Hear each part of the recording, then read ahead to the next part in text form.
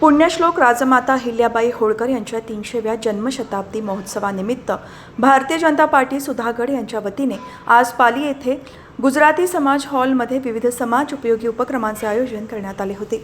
या कार्यक्रमात तालुक्यातील जनसेवेतील शेकडो रणरागिणींचा मोठ्या उत्साहात गौरव करण्यात आला। कार्यक्रमादरम्यान जनसेवा कार्यात अविरत कार्यरत असलेल्या अंगणवाडी सेविका, अंगणवाडी मदतनीस, आशा वर्कर, वैद्यकीय अधिकारी, आरोग्य सेविका, आरोग्य सहायिका आदींना भेटवस्तू आणि सन्मान चिन्ह देऊन गौरवण्यात आले। यावेळी उपस्थित महिलांचा उत्साह उल्लेखनीय होता। या सोहळ्याला प्रमुख अतिथी म्हणून रायगड जिल्हा परिषदेच्या माजी अध्यक्ष ॲडव्होकेट निलिमा पाटील, भाजप नेते प्रकाश देसाई, रायगड जिल्हा उपाध्यक्ष राजेश मपारा, सुधागड तालुका प्रमुख श्रीकांत ठोंबरे, आरिफ मनियार यांच्यासह मान्यवर उपस्थित होते।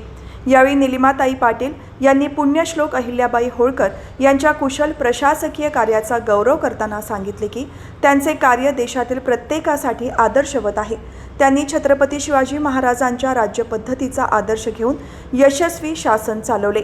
आज पंतप्रधान नरेंद्र मोदी महिला सक्षमीकरणासाठी विशेष प्रयत्न करत असून त्यामुळे महिलांना प्रत्येक क्षेत्रात सन्मान मिळत आहे असे सांगितले। 300 वर्षापूर्वी त्यांना जनसमुदायांनी दिलेल्या किती पदव्या होत्या, त्या पुण्यश्लोक होत्या, त्या मातोश्री होत्या, त्या जननी होत्या, त्या श्वेतांबरी होत्या, त्या महाराणी होत्या, महाराणी होत्या, अशी अनेक पदव्या त्यांना कुठल्याही पदवीधार समारंभाला न जाता जनतेने त्यांना त्या दिल्या होत्या। आणि आज 300 वर्षानंतरही त्या पदव्या आपण साऱ्या जणी त्यांना देतो आहोत। त्यांनी अनेक कामं केली।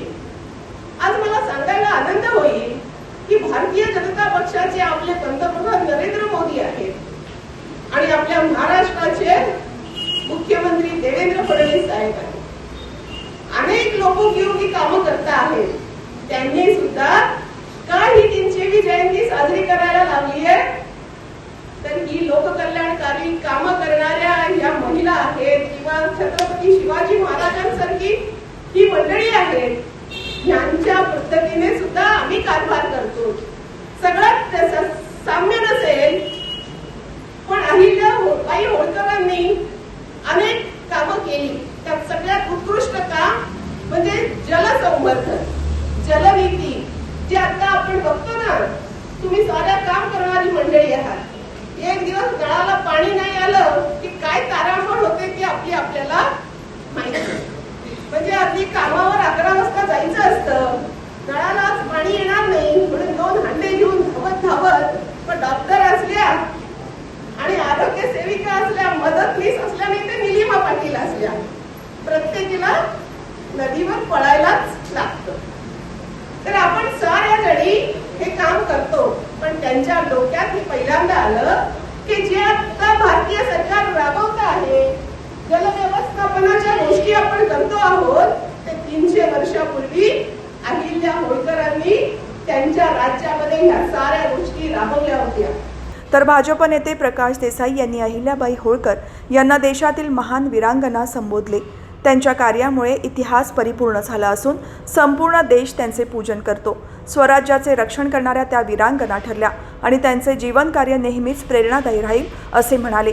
अहिल्यादेवीचं कार्य फार मोठं, फार मोठे शिवभक्त होते त्या आणि शिवभक्त असताना शिवलिंग हातामध्ये घेऊन त्यांनी राज्याची धुरा सांभाळली। अगदी आघाडीवर लढणाऱ्या त्या वीरांगना होत्या। एवढंच नव्हे तर या स्वराज्याचं रक्षण त्यांनी ज्या काळात पडत्या काळात करायला पाहिजे त्या काळात त्यांनी ते करून दाखवलं। एका पाश्चात्य लेखकाने त्यांना रशियाच्या राणीची आणि लंडनच्या राणीची उपमा देखील दिली होती। एवढ्या मोठ्या वीरांगना ज्यांनी खऱ्या अर्थानं या देशाला, जसं शिवाजी महाराजांनी या देशाला अष्टप्रधान मंडळाची संकल्पना दिली, त्याचप्रमाणे अहिल्यादेवीने देखील प्रशासन कशा पद्धतीचं असावं, त्याचा ढाचा कसा असावा याची संकल्पना संपूर्ण देशासमोर मांडली आणि ती पुढे कार्यान्वित झाली। आज आपण आमच्या दृष्टीने तुम्ही सगळ्यात अहिल्यादेवी आहात। भारतीय जनता पार्टीच्या माझ्या प्रत्येक कार्यकर्त्याच्या दृष्टीने आपण सर्वच आमच्या दृष्टीने आम्हाला आपण सगळ्या अहिल्यादेवी आहात आणि त्यासाठी आपलं पूजन आमच्याकडून व्हावं या एका सात्विक भावनेनं आपल्या सर्वांना आम्ही आज इथे बोलवलेला आहे. आणि केवळ तुम्ही आणि तुमचाच सत्कार ही संकल्पना अतिशय सुंदर होती जी आमच्या सन्माननीय मुख्यमंत्र्यांनी आम्हाला दिली. धैर्यशील दादाच्या माध्यमातून ती पुढे सरकली आणि ती आम्ही आज कार्यान्वित करत आहोत. आपण आज इथे आलात आणि हा सोहळा दरवर्षी याच्या पुढे आपण नित्यनेमानं साजरा करूया. राजकारणाच्या वेळेला राजकारण कसं करायचं त्यामध्ये आम्ही सगळे सक्षम होतात माहिती, त्यावेळेला आम्ही ते सक्षमपणे करूही. परंतु ही वेळ केवळ आपला सत्कार करण्याची आमची आहे. मी असंही म्हणणार नाही की भारतीय जनता पार्टीने हा कार्यक्रम केला म्हणून आमच्या पाठीशी राहा, पण चांगलं काय आहे, समाज कोण घडवेल, खऱ्या अर्थानं समाजकारणासाठी कोण भाऊ घेईल अशा मंडळींच्या पाठीशी राहून हा महाराष्ट्र आपण सुजलाम सुफलाम करूया ही संकल्पना मात्र आपण सगळ्यांनी नेमके करा. आपण जे काम करतात ते अलौकिक काम. तसेच रायगड जिल्हा उपाध्यक्ष राजेश मपारा यांनी आगामी काळात अहिल्याबाई होळकर यांच्या शिकवणीतून प्रेरणा घेऊन भावी पिढीला अधिक सक्षम आणि समृद्ध करण्यासाठी प्रयत्न करण्याचे आवाहन केले. शासनाने दिलेल्या मानधनाचा अतिशय आनंदाने आणि समाधानाने स्वीकार करून तुम्ही सगळ्यांनी प्रत्येकाच्या गावात, प्रत्येकाच्या अंगणवाडीमध्ये, प्रत्येकाच्या विभागामध्ये त्याच्या असलेल्या लहान बाळाला ज्या वेळेला त्याच्या आईने त्याला वाढवलं पाहिजे त्याच वेळेला त्याच सक्षमतेने राज्य शासनाची जबाबदारी म्हणून त्यांचे प्रतिनिधी म्हणून तुम्ही अतिशय चांगल्या पद्धतीने पार पाडताय त्याबद्दल मी तुमचे सगळ्यांचे मनापासून ऋण व्यक्त करतो.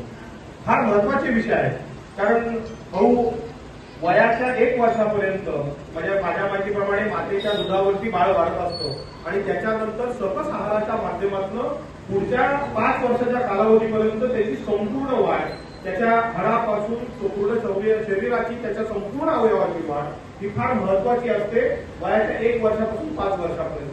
कारण तो काळ अतिशय महत्वाचा असतो आणि त्या कालावधीमध्ये राज्य शासनाच्या वतीने जे काही त्याच्या शारीरिक सक्षमीकरणासाठी आणि मानसिक सक्षमीकरणासाठी जे जे काही संस्कार त्या मुलांपर्यंत, त्या कुटुंबापर्यंत पोहोचवण्याची जबाबदारी अतिशय प्रामाणिकपणे वहिनी ह्या सगळ्या मंडळी फार चांगल्या पद्धतीने तुम्ही पार पाडत असतात.